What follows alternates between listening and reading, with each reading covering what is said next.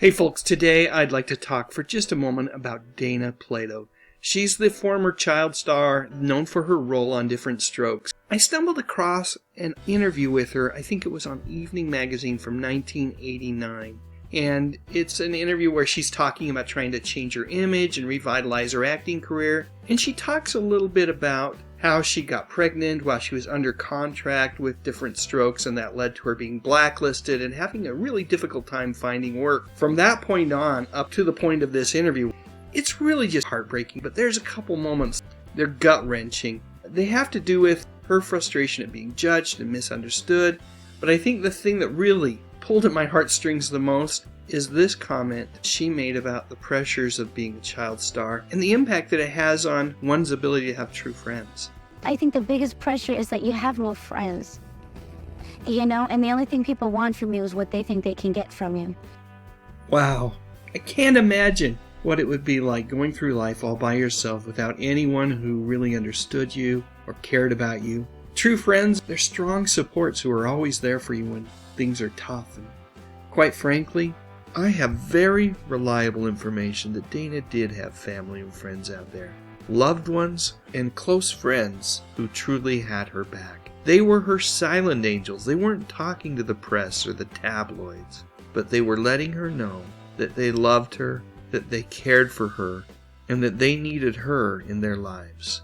Here's a little bit more from that interview. She shot her first commercial at age 6, was earning over $100,000 a year at 16, and by the time she turned 20, Dana was married, pregnant, and out of work.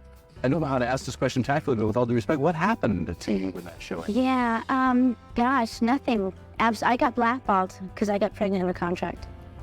And I'm still trying to prove, they're scared of me because they don't trust me. They don't know what I'm going to do. And it just doesn't make too much sense to me because I've never had a bad rap on the set. I've always been on time, never not shown up. So I don't know why I got such a bad rap, but I really, really do. And people are still scared of me. There are a lot of people who won't even see me.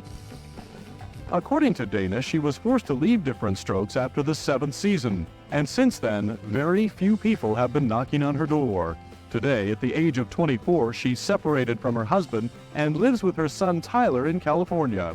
Her memories of the show are mainly happy ones, but her walk in the celebrity spotlight came with a price. So the interview goes on a bit more, and there are a few more clips, and I'm not going to show them. Perhaps the most discouraging thing are the closing comments by the host of Evening Magazine.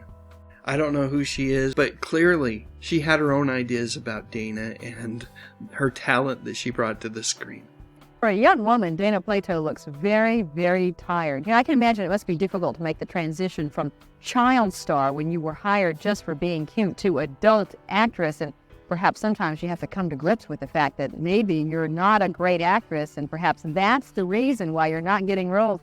Yet Dana Plato seems very determined to continue to be an actress. She does have a role in a feature film called Prime Suspect, which has yet to be released. Sheesh, they could not even get that right. The title of the movie that Dana was in 1989 was called Prime Suspect. As you might imagine, when Dana's family and friends saw this interview, heard those comments, well, it broke their hearts. Let's all remember Dana Plato and the hundreds of other child stars that were mistreated by Hollywood and their handlers over the years. One more thing, I just want to acknowledge how much I appreciate those folks who have clicked on the little join button right below the video there and become supporting channel members. They've had access to this video for about 24 hours, and here are a few of the comments that they've left. Super Sith Lord, aka Mike D, said, "I still have fond memories of her time on Diff'rent Strokes. What's sad is that we the people would have happily welcomed her in another great show. It was ultimately Hollywood and not us that chose to cast her aside. Her words in that interview are sadly honest.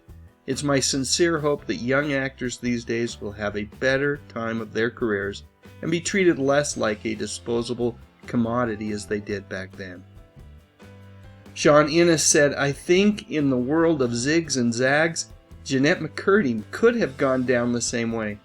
Just reading about Dana, I see that her son died in 2010. Heartbreaking." And Rob Pinto agrees, And my friend Justin Aylett, aka Braidwood Inn, said, I think it's a bit hypocritical that she got let go for getting pregnant while there were an inordinate amount of episodes where she was in bikinis and swimsuits. Seems a little like a Harvey Weinstein situation, or slightly similar. And finally, John Collins said, I watched the Dana Plato interview. I must say the hosts of that program were quite harsh in their treatment of Ms. Plato, especially their comments at the end of the segment.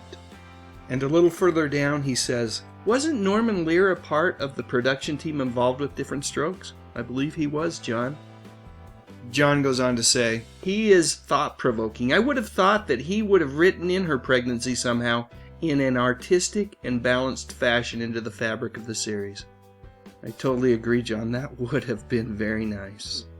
Before I go, I feel like it's important to acknowledge the contribution of Matt. He has an Instagram page called Dana Platogram, and he reached out to me after I posted an earlier version of this video and made a few corrections that I think ultimately make this a better video. So for that, thank you very much, Matt. And I will post a link to his Instagram page that honors Dana in the description section of this video. Alright folks, thanks again for watching this video. I truly hope you all have a great day. Wrigley Spearmint Gum says hello. Wrigley Spearmint? We all like it. Me and all my friends. Try sharing some Wrigley Spearmint Gum. You're gonna like the way it says hello. Wrigley Spearmint? It's got a fresh, clean taste. It's our way to say hello. Everyone likes the way it says hello. Wrigley Spearmint Gum. We all like the way